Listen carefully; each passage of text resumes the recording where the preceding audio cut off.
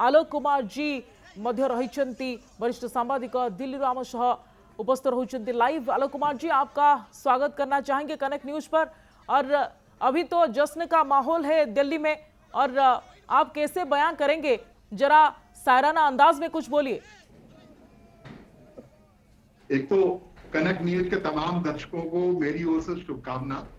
और जो तस्वीर बदल रही है धीरे धीरे, और बसंत जिस ढंग से दिल्ली की धरती पर उतर रहा है, और शाम 7 बजे प्रधानमंत्री ने भारतीय जनता पार्टी के दफ्तर से, केंद्रीय दफ्तर से अपने कार्यकर्ताओं को समय संबोधित करने का समय मुकर्रर किया है। तो वाकई इस फिजा में शब्द कम है इसको बयां करने के लिए, लेकिन बड़ा खुशनुमा माहौल है। और दूसरी ओर मातम का भी माहौल है उस आम आदमी पार्टी के लिए, जिसको बड़ी उम्मीद से लोगों ने अपने नजरों पे, अपने पलकों पर बिठा करके तकरीबन 11 साल पहले दिल्ली में लाया था। और अभी थोड़ी देर पहले मैं कहीं देख रहा था कि उसको लाने में जो अहम योगदान था महाराष्ट्र के उस मनीषी का, अन्ना हजारे का, उनका बयान आ रहा था। वो बता रहे थे कि देर हुई, लेकिन आखिरकार जिस ढंग से अविश्वास आधारित ये पार्टी थी, उसको एक झटका लगा है, बड़ा झटका लगा है। अपने अपने तरीके से लोग इस हार को देख रहे हैं। और लेकिन सबसे महत्वपूर्ण जानती है इसमें क्या है कि अरविंद केजरीवाल जिस नई दिल्ली कॉन्स्टिट्यूंसी से लड़ रहे हैं, और वहां पे बहुत मार्जिन से आगे पीछे हुआ जा रहा है, और तकरीबन 1 घंटा अभी और बाकी है, जबकि 15वें चरण का वोटिंग पूरा होगा। तो और यही रुझान आलोक कुमार जी नतीजे में तब्दील होगा, या कुछ खुशखबरी भी आ सकती है आम आदमी पार्टी के लिए? आपको क्या लग रहा है? हाँ, यही मैं कहना चाह रहा हूं कि अरविंद केजरीवाल अगर जीत गए तब तो हो सकता है कि जो स्टेबिलिटी है आम आदमी पार्टी की, उसके एक्सपेंशन का जो दर है, जो पंजाब में वो सरकार चला रही है, बाकी जगह, तो अरविंद केजरीवाल के बचे रहने पर ही इसके विस्तार की बात हो सकती है। नहीं तो बार बार लोग कह रहे हैं, आम आदमी पार्टी को समझने वाले लोग, कि अगर अरविंद केजरीवाल हार जाते हैं, जो हारते हुए दिख रहे हैं, तो फिर इसके भविष्य को लेकर के सवाल खड़ा हो जाएगा कि आखिरकार ये पार्टी बची भी रहेगी या नहीं।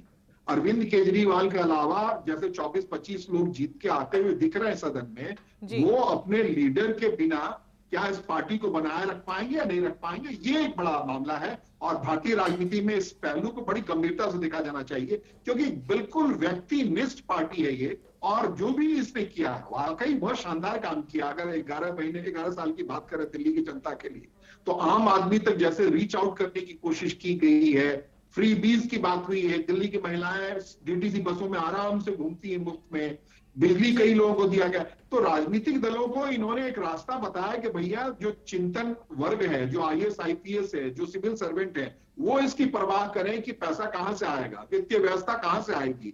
लेकिन एक राजनेता के तौर पे, एक जनप्रतिनिधि के तौर पर, तो सबका काम ये होना चाहिए। ये सारे जो बड़े मुद्दे थे, क्या वो ही अभी आपके लिए घाटा साबित हुआ, ये आपको अभी बड़ा महंगा पड़ा? ये आप जिस रणनीति से लड़ी थी ना, और जिस ढंग से इसका जो स्टाइल ऑफ एक्टिंग है, जैसे कल ही इन्होंने एक आरोप लगाया कि उनके 16 विधायकों को खरीदने की बात आई। भैया ये जो आरोप लगा के भाग जाने वाली बात है, ये स्टाइल ऑफ पॉलिटिक्स लोगों को पसंद नहीं आता, क्योंकि कहीं ना कहीं कोई ना कोई क्रेडिबिलिटी होनी चाहिए।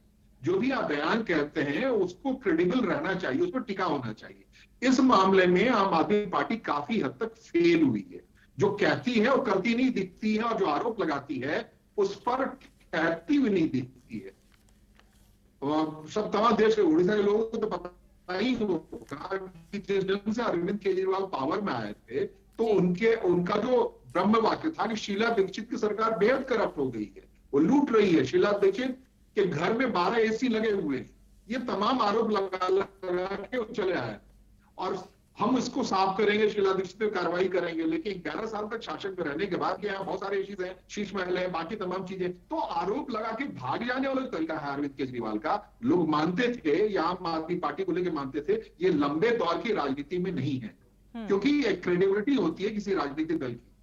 उस मामले में अरविंद केजरीवाल फेल हुए हैं। लेकिन दूसरी ओर आलोक कुमार जी लौटते हैं आपके पास। ये बड़ा खबर आसी, आप प्रार्थी कुलदीप कुमार विजयी होइछंती आप पई, ये एक खुशी खबर। ये पूरा निराशा भितर आसुची बीजेपी प्रियंका गौतम को हराई आप प्रार्थी बड़ खबर आम आदमी पार्टी प्रार्थी दिल्ली रु आसिला प्रथम फलाफल गोटे सीट रु आसी कोंडली आसन रे आप प्रार्थी विजयी होइछंती। तमाम निराशा भितर आप खुशी खबर आनी देछि। आप प्रार्थी कुलदीप कुमार विजयी होइछंती। बीजेपी प्रार्थी को से हराई देछंती। विजयी होइछंती बीजेपी प्रियंका गौतम को से हराई देछंती। ये स्पष्ट चित्र सामना को आसुची। एबे किछि सीटर चित्र भी फलाफल भी धीरे धीरे सामना को आसीबो। आलोक कुमार जी बताइए, कुछ कहना चाहते हैं? कुलदीप कुमार अपने आप में बड़ा नाम है आम आदमी पार्टी के लिए। ये पूर्वी दिल्ली से संसदीय चुनाव भी लड़े थे और जिस तरीके से आए हैं, इनके पिता अभी भी इस सड़क पे झाड़ू लगाते हैं। ये एक बड़ा सिंबल है आम आदमी पार्टी के एग्जिस्टेंस का। और जो प्रियंका गौतम है, वहां आम आदमी पार्टी की पार्षद रही थी और पुरानी कार्यकर्ता रही थी, जिसको भारतीय जनता पार्टी ने अपनी ओर से लड़ाया। तो इस सीट पर कुलदीप कुमार का जीतना, जो कि लोकसभा में जब गए थे चुनाव में, ये फ्रेम में, तो इनके पिता इनके सबसे बड़ा आइडियल थे। वो झाड़ू लगा रहे पिछले 30 साल से दिल्ली की सड़कों पर, और इसका सिंबल भी झाड़ू है। तो कुलदीप कुमार जिस परिवार से आते हैं, जिस कैटेगरी से आते हैं, रिजर्व सीट है ये, तो वहां प्रियंका गौतम, भारतीय जनता पार्टी को ऐसा कोई मजबूत उम्मीदवार नहीं मिला, तो उसने आम आदमी पार्टी के ही पुरानी कार्यकर्ता प्रियंका गौतम को अपना कैंडिडेट बनाया था। और ये दिल्ली चुनाव का जो पहला नतीजा आया है, ये वाकई हर्ष वाली बात है उन तमाम लोगों के लिए जो जानते हैं कि राजनीति में आने का दरवाजा सबके लिए खुला होना चाहिए। और कुलदीप कुमार अगर पहले नतीजे के तौर पर यहां आए हैं, तो सिर्फ आम आदमी पार्टी के लिए नहीं, तमाम उन लोगों के लिए भी उम्मीद की किरण है जो बिल्कुल किनारे बसे हुए लोग हैं और जिनको लगता है कि राजनीति से उनका कोई वास्ता नहीं होना चाहिए। तो जिस पृष्ठभूमि से इन्होंने जब रिटर्न फाइल किया था, जब नॉमिनेशन के समय में बताया था, तो मुझे लगता है कुछ हजार रुपए इनके पॉकेट में थे और वो भी पिताजी के चंदे से लिया था इन्होंने। तो इस ढंग के कैंडिडेट के तौर पर ये नतीजा दिल्ली का अगर पहला आ रहा है, कुलदीप कुमार, जहां मैं बैठा हूं यहां से चंद मीटर की दूरी पर ये कॉन्स्टिट्यूंसी की शुरुआत होती है, पुंडली कॉन्स्टिट्यूंसी की। वहां से अगर कुलदीप कुमार जीत के आते हैं तो एक उम्मीद तो है, अपार्ट फ्रॉम पॉलिटिकल पार्टी, कि लोगों में निराश नहीं रहना चाहिए और कोई भी कहीं से चुनाव लड़ सकता है, जीत सकता है। ये कुलदीप कुमार की जीत बताती है। जी, कहा जाता था कि 3M महिला, मुस्लिम और मिडिल क्लास ये जिताने में बड़ी भूमिका ले सकते हैं और ये किंग मेकर साबित हो सकते हैं। लग रहा है ये सारे वोट अभी आपको नहीं, बीजेपी के और गया है और बीजेपी इन वोटों का अपनी तरफ लेने में कामयाब रही, ये कह सकते हैं। सही कह रही है सुप्रिया जी। जो सिचुएशन है उसमें दलित वोट आप मान लीजिए, एक और जोड़ लीजिए, दलित जिसको कि डी फैक्टर कह लीजिए और महिला कह लीजिए और निम्नतम के बाद जो भी कह लीजिए, तो उसमें महिला को केजरीवाल की सरकार ने लगभग रिझा लिया। सारी महिलाओं को फ्री में बस में सफर, सारी सुविधाएं महिला के लिए, एम्पावरमेंट ऑफ नारी की बात थी, उसको भारतीय जनता पार्टी ने बहुत मुश्किल से पार पाया है उस पर, कि उन महिलाओं को समझाना बुझाना कि भाई कुछ शासन व्यवस्था के लिए कुछ चीजें जरूरी होती हैं और उसमें टूट के आना महिलाओं का भारतीय जनता पार्टी के हक में, ये बड़ी बात है। लेकिन जैसा पहला नतीजा आप हमारे जो कनक न्यूज के दर्शक हैं जो देख पा रहे हैं, दिल्ली का जो पहला नतीजा है वो आम आदमी पार्टी के हक में गया है, कुलदीप कुमार के जरिए गया है।